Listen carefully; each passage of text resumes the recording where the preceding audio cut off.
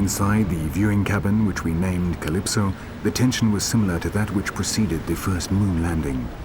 We were going to be the first to violate the perpetual darkness of the ocean depths, the first to shine a light into the primeval darkness of the Cantabrian Sea.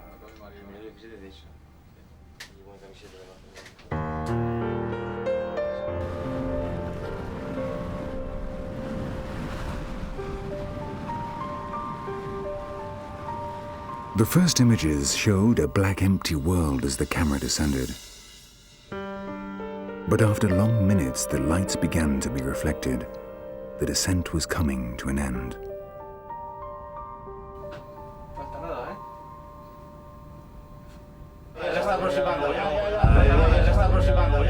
And finally, solid ground.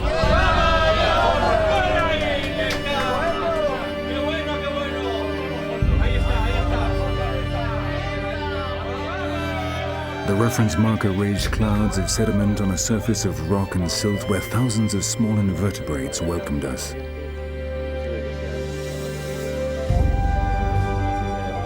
It was an emotional moment. We were discovering a new world, and these were the first images.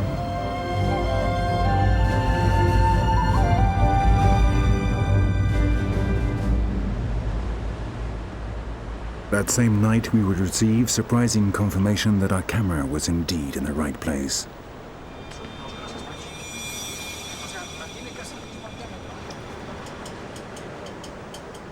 A trawler brought on board a giant squid caught at barely 300 meters from the outer limit of our first buoy. This squid, 6 meters in length, would represent quite a find, as it turned out to be a male, much less frequent and smaller than the females.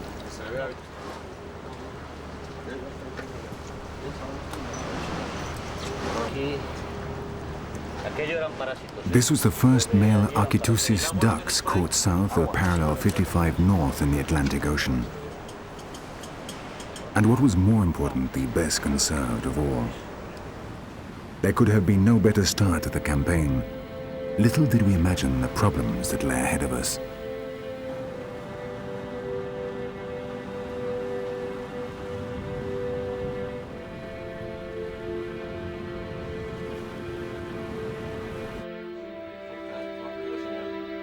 Four days into the campaign, we had already positioned our 3 buoys. The first one had stabilized at a depth of 612 meters. The lure emitter had started to bring results, and the tiny crustaceans that approached, attracted by it, were quickly followed by the hunters of the ocean depths.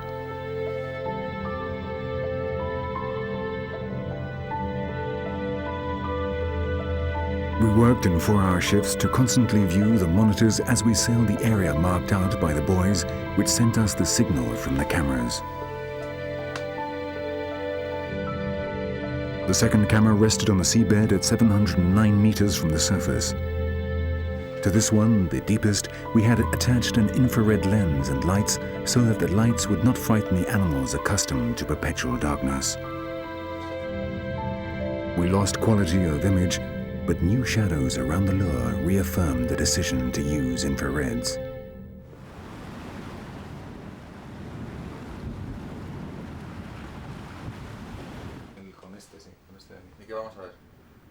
The third camera was suspended in the darkness of the water column at a depth of 530 meters. This was the one that least drew our attention during the watch shifts, but it was the one that would give us the first surprise when small intermittent lights began to appear dotted across the darkness.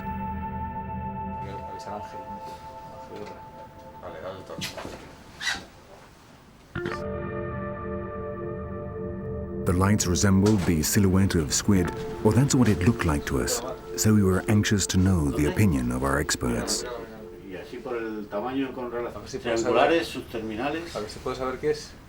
Watching the monitors in real time, it was difficult to identify the species that appeared, and even more so if they did so intermittently.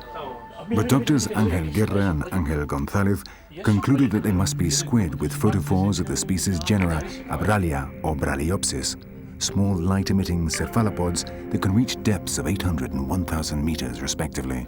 lo he visto bien, Lo pero que no sí he sé- visto claramente la parte. Era tres partes. Estaba la parte de abajo que era como la aleta. La aleta no la he visto muy bien. Sí. It was our first encounter with the lights of the ocean depths. Below depths of 200 meters, not a single ray of light penetrates the reigning darkness, and so the species of these reaches have developed their own lights.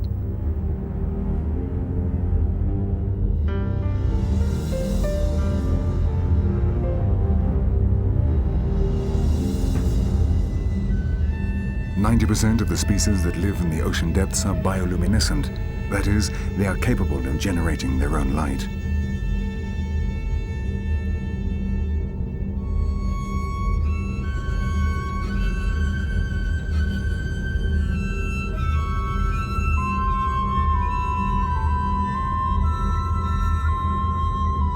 In a world where the darkness is total and permanent, these ghostly lights serve many different purposes.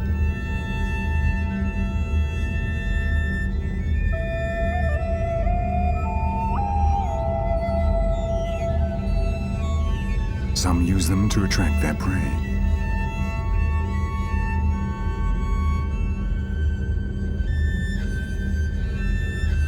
Others to deflect the attacks of predators by presenting them with false lures or to emit alarm signals.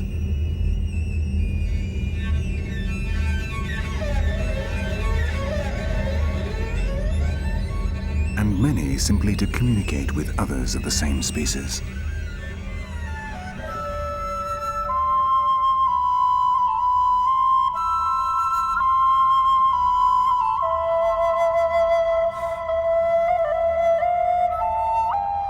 Among the cephalopods, too, bioluminescence is very widespread, and some species have even changed their traditional means of defense, adapting it to this dark world, expelling a stream of luminous ink.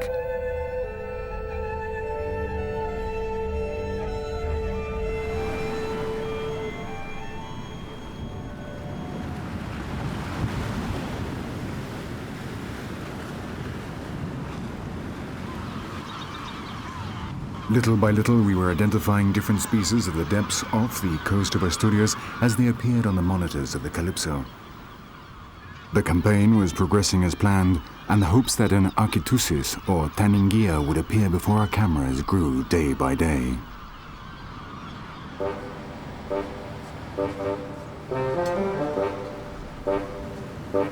Work progressed as normal on board the Investigador and the Científico. Even the Cantabrian Sea appeared to have declared a truce which facilitated the tasks on board our ships. But when you work in the depths of the ocean, you know that problems can appear at any moment, without prior warning.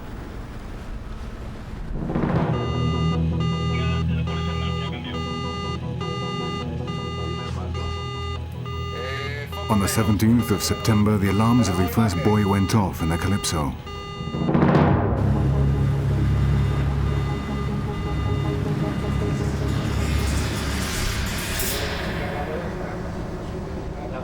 One of the buoys had disappeared. There are only two possibilities. Either the anchor had broken and the buoy was drifting, or a ship had hit it and a buoy had sunk.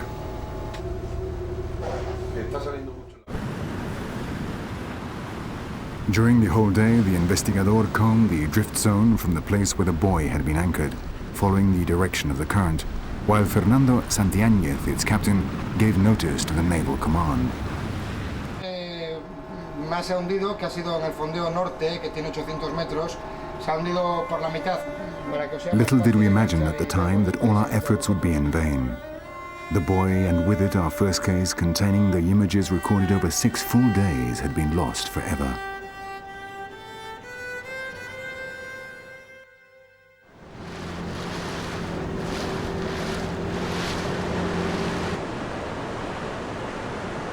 But the problems had only just begun.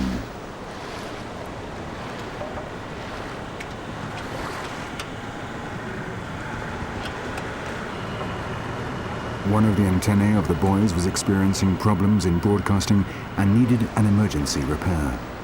Shortly afterwards, in the Calypso, the alarm went off indicating water in one of the cameras. It never rains, but it pours, yet still morale remained high despite these many setbacks.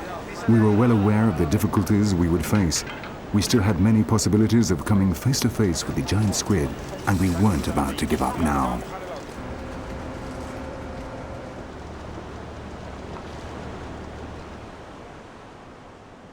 In addition to the repairs to the flooded camera, the new situation required adjustments in the depth of the other two cameras, and our chief engineer managed to make them in record time, remaining awake all night to do so. We had come through the worst days of the campaign, but once more we had images of the ocean depths. We were again on the hunt for the elusive, legendary Kraken.